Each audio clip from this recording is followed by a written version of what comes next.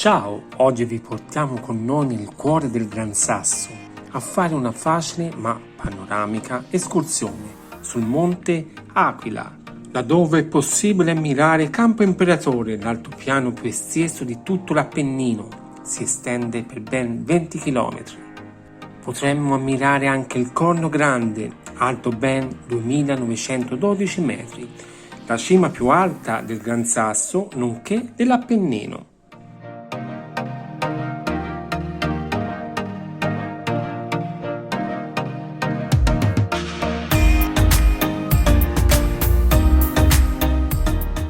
Si tratta di un ambiente fantastico che cambia in continuazione, sembra di essere in un paese lontano, infatti è conosciuto come Piccolo Tibet. Quello che ci lasciamo alle nostre spalle è l'Osservatorio Astronomico d'Abruzzo, a quota 2138 metri. Campo Imperatore è facilmente raggiungibile in macchina da Sergi, che ha l'uscita autostradale sull'autostrada Roma-L'Aquila-Teramo. L'alternativa è la funivia da Fonte Cerreto, aperta nella stagione estiva e che diventa l'unico mezzo d'inverno quando il passo è chiuso dalla neve.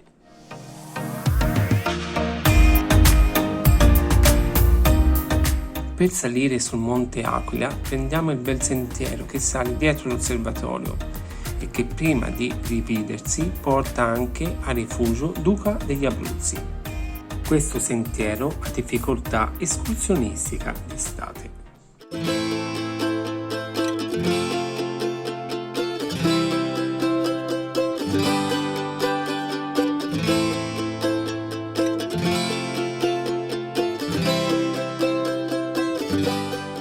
Eccoci al bivio di cui parlavo prima.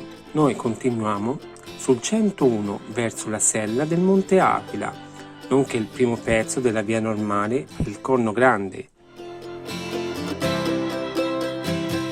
L'attrezzatura alpinistica che vede indossata è per il nostro secondo obiettivo.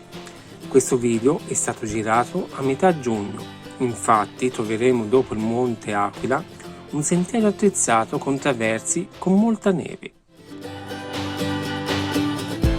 Su questa zona ci sarebbe tantissimo da parlare. Oltre all'aspetto paesaggistico, fauna, flora, anche quello storico, con eventi che hanno segnato la storia d'Italia, come il Blitz delle SS all'hotel di Campo Imperatore, che fu prigione di Mussolini nell'estate 1943.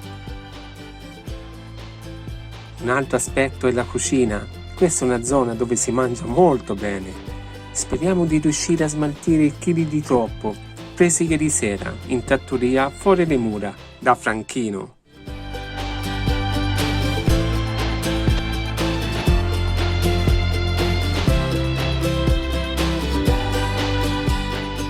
Qui si entra in quello che era il circo glaciale di Monte Aquila, quello che si estendeva fino a Campo Imperatore, o meglio il più imponente ghiacciaio di Campo Imperatore, lungo 10,5 km con una superficie di 21 km², si estendeva dal circo glaciale di Monte Aquila.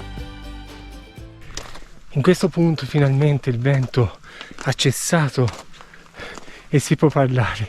Vi si saluta ora dal vivo. Ciao!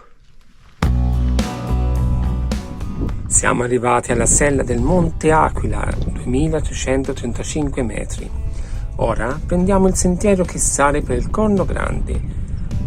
Possiamo ammirare alle nostre spalle il Monte Portella, su cui abbiamo già fatto un video con Sara, mi sembra 2 anni fa, di cui metto il link in descrizione.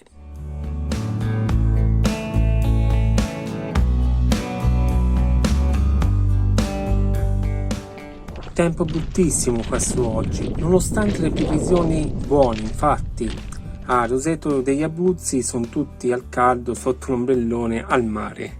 Abbiamo incrociato delle persone che hanno detto che verso il Corno Grande la visibilità è pessima. Noi quindi si continua a destra seguendo le indicazioni per il Monte Aquila. A sinistra invece c'è la via normale per il Corno Grande.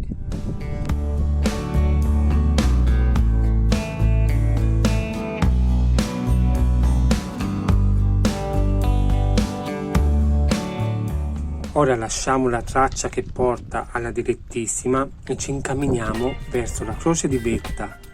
Scorgiamo, nuvole permettendo, il bivacco Bafile. Esistono in realtà due Andrea Bafile. Il militare pluridecorato dell'Aquila, caduto durante la Grande Guerra, e più vicino a noi Andrea Bafile che inventò il dissipatore. Il bivacco è dedicato al primo. Ecco, là alle nostre spalle il rifugio Duca degli Abruzzi, il campo imperatore e il nostro Corno Grande che sarebbe la nostra meta di oggi, se esce dalle nuvole.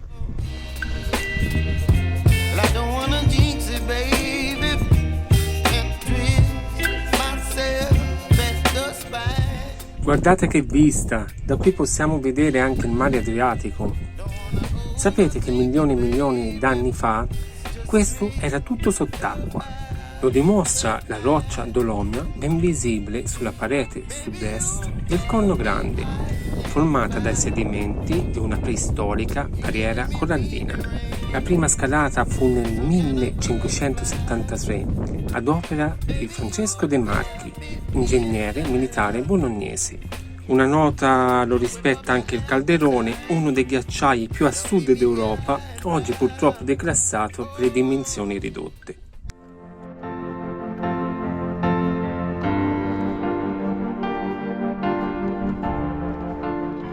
Nel frattempo che raggiungiamo la Croce di Vetta, giù qui sotto nel piccolo Tibet, grazie ad un ambiente spettacolare, fu il set ideale per molti film, come lo chiamavano Trinità, Bud Spencer e Terence Hill. Chissà se abbiamo dormito nella stessa camera.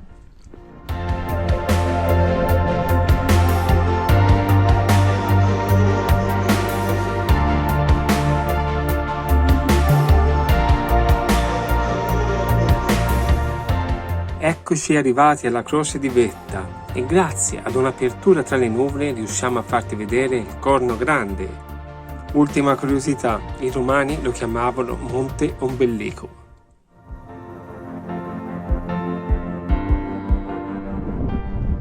Col Corno Grande alle nostre spalle, da campo imperatore per oggi, dal Gran Sasso per oggi è tutto. Vi salutiamo, a presto, ciao e buona montagna a tutti.